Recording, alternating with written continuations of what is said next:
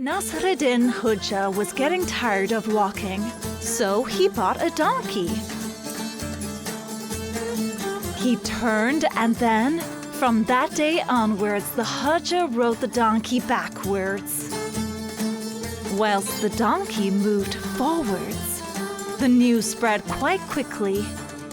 It didn't matter where the Hoja went, the people would always recognize him immediately. However, the Hoja's wife did not like it. "How can I get rid of him?" asked the Hoja. "You said it yourself. Everyone recognizes me because of this donkey. And without it, I might not even recognize myself."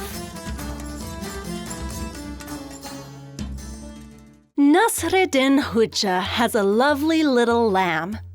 "Why don't you slaughter this lamb instead, Nasreddin?" "I can't do it. I have grown so fond of it. I could only slaughter it in the most desperate need.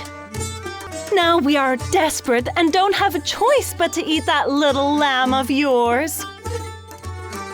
"Well, if that is the case, then the time has come," replied the Hoja, whilst the food was being prepared. But the fire started to burn out. The Hoja saw this, so he grabbed his friend's clothes and threw them onto the embers. "Hoja, you are crazy! Why did you throw our clothes onto the fire? It is the end of the world tomorrow. You told me that after all." But she could not read it, so she kindly asked Nasreddin to tell her what the letter said. The Hoja was ashamed to admit that he could hardly read it himself. "Oh, lady, then this letter means that someone really wants to marry you." "That is not possible," yelled the young woman. "Because this letter came from the tax office." "From the tax office? Why didn't you mention this earlier?" snapped the Hoja. "The letter has a completely different meaning. A gentleman now wants money from you. If you had told me when you first brought the letter here, I would have known what to tell you." So she kindly asked Nasreddin to tell her what the letter said. The Hoja was ashamed to admit that he could hardly read it himself. "A gentleman with lots and lots of money loves you very much." "Oh, lady, then this letter means that someone really wants to marry you." "That is not possible," yelled the young woman. "Because this letter came from the tax office." "From the tax office? Why didn't you mention this earlier?" snapped the Hoja. "The letter has a completely different meaning.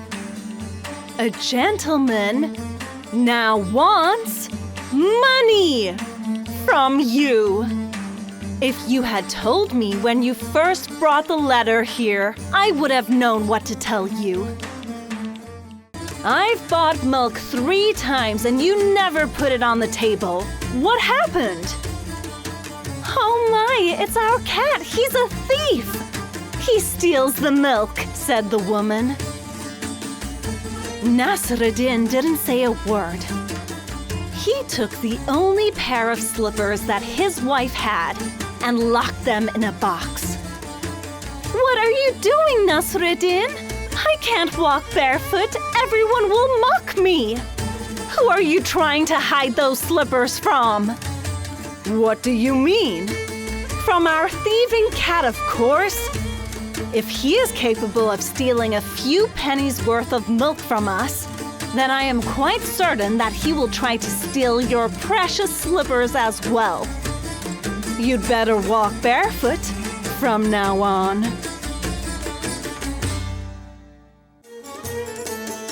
When he opened the wilted figs in front of the magistrate and handed them over, the magistrate became furious. "You Hoja! How could you? Are you actually trying to give these wilted figs to me as a present?" So he took the wilted figs and threw them at the Hoja's head one by one. But instead of wailing, he was grateful that the figs barely made a dent. Oh, thank goodness! What are you saying thank goodness for? I'm throwing the presents you brought me at your head! To have listened to my wife's advice this morning.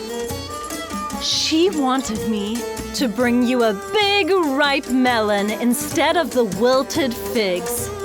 If I'd listened to her, then you might have cracked my skull when you threw the melon at my head. A villager brought a rabbit as a gift to Nasreddin Hodja. The Hodja welcomed him into his home and roasted a delicious steak from the rabbit meat. He made enough steak to feed the both of them. The next day, the villager's relatives knocked on the door.